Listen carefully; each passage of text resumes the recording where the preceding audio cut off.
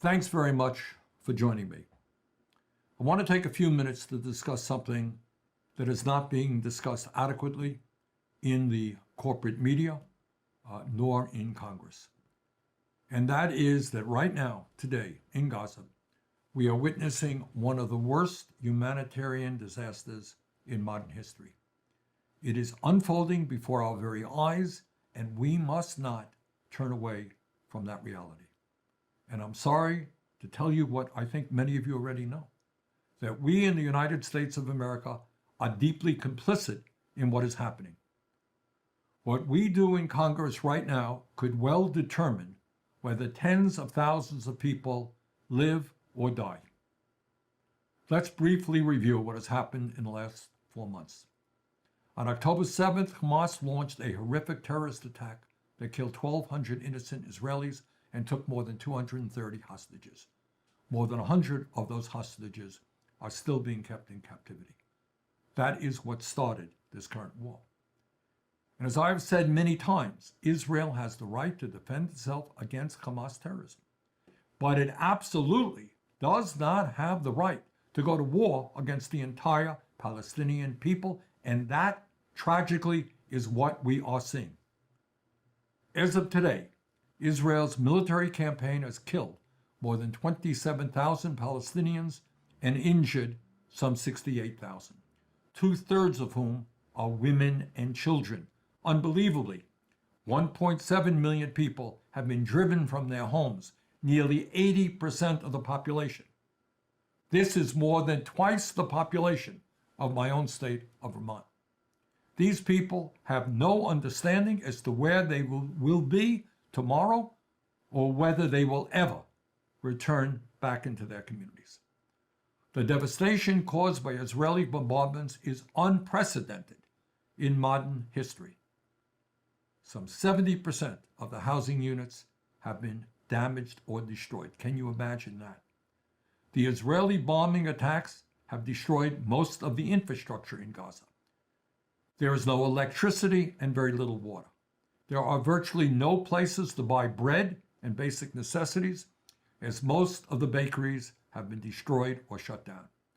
Raw sewage is now running into the streets, and communications are extremely difficult because there is little or no cell phone service available.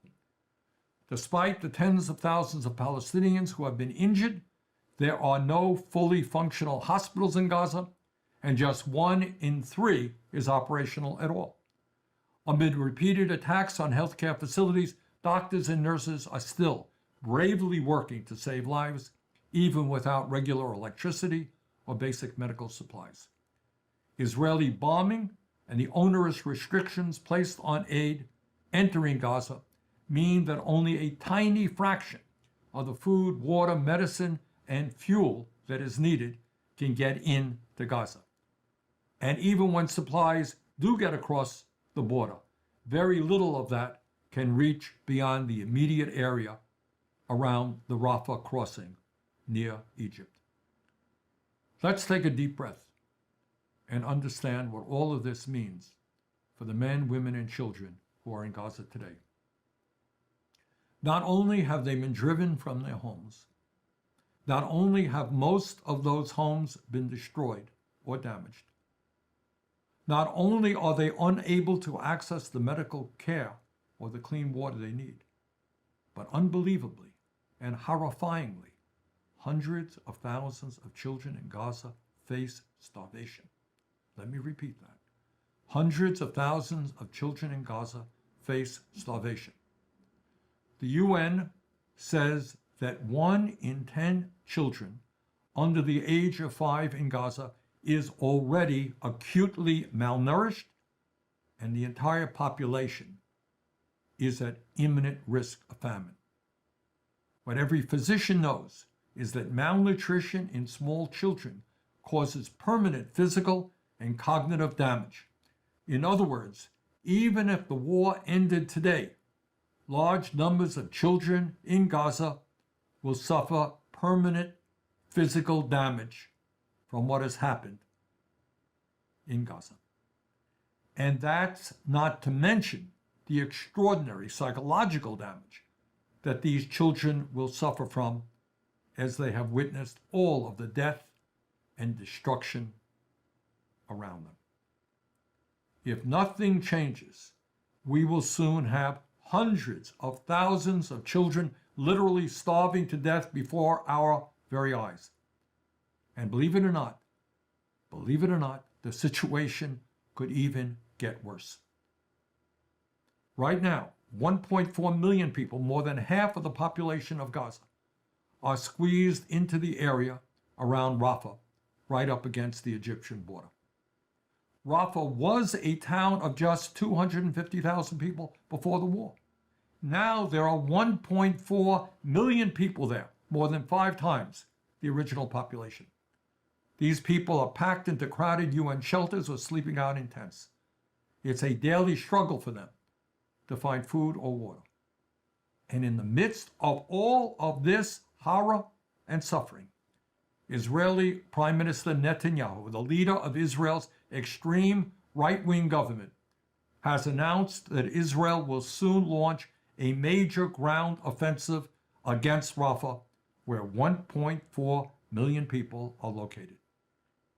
What that means is Netanyahu will soon be forcing these desperate people to evacuate once again, and nobody has any idea as to where they will go.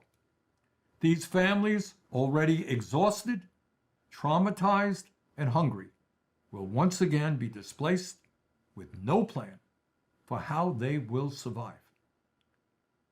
I struggle to find words to describe this cruelty. And let me state once again that much of what is happening in Gaza now is funded by U.S. taxpayers. These are our bombs and our military equipment that is being used. We are complicit. This is not only an Israeli war, this is an American war. Prime Minister Netanyahu says that all of this is necessary. He says that Israel will only accept, quote unquote, total victory in this war. Yet asked recently what total victory would look like, he chillingly said that it is like smashing glass, quote, into small pieces, and then you continue to smash it into even smaller pieces, and you continue hitting them, end of quote. The question we must ask ourselves over and over again is how many more children and innocent people will be smashed in the process? And why is the United States helping to fund this humanitarian disaster? It is quite clear that beyond total destruction of Gaza, Netanyahu has no plan. This week, President Biden acknowledged the severity of this crisis. He said that Israel's response in Gaza, quote, has been over the top, end quote, and added that, quote, there are a lot of innocent people who are starving. There are a lot of innocent people who are in trouble and dying, and it's got to stop, end quote. That's President Biden. Well, he is absolutely right. It does have to stop. Then why in God's name are we now contemplating legislation that provides $10 billion more to the Israeli war machine to continue funding Netanyahu's war? President Biden and Secretary Blinken have been trying to negotiate an agreement where Israel pauses its military operation, Hamas releases the remaining hostages, and massive humanitarian aid comes in to help desperate people. We all hope that this deal comes together. But Netanyahu is resisting this proposal. In my view, he is trying to prolong the war to cling to power. Most Israelis rightly blame him for creating the crisis, and they want him out. But if Netanyahu prolongs the war, he can avoid accountability for his disastrous leadership. That is why Netanyahu is ignoring almost everything President Biden and Secretary Blinken are saying. He this week dismissed the hostage deal as delusional and brushed aside U.S. concerns about expanding the ground offensive to southern Gaza. There is a simple question that must be asked. How does it happen that, despite waging an horrific war which has caused massive suffering, despite ignoring the wishes of the President of the United States and the world community, how does it happen that the U.S. Congress is about to send another $10 billion of unrestricted military aid to Israel? No strings attached. It is beyond comprehension to me that Congress would reward Netanyahu even while he ignores everything the President of the United States says. Netanyahu is the leader of the most right-wing government in Israel's history, a man who has dedicated his political career to killing the prospects of a two-state solution. And yet this bill will give him a blank check paid for by the American taxpayer. It is hard to believe, but this is exactly what this bill will do. And what's even harder to understand is that in the midst of this horrendous humanitarian crisis, the legislation before us actually contains a prohibition on helping for UNRWA, the largest UN agency operating in Gaza and the backbone of the humanitarian aid operation. Israel's allegations against the agency are serious, and they are being investigated seriously.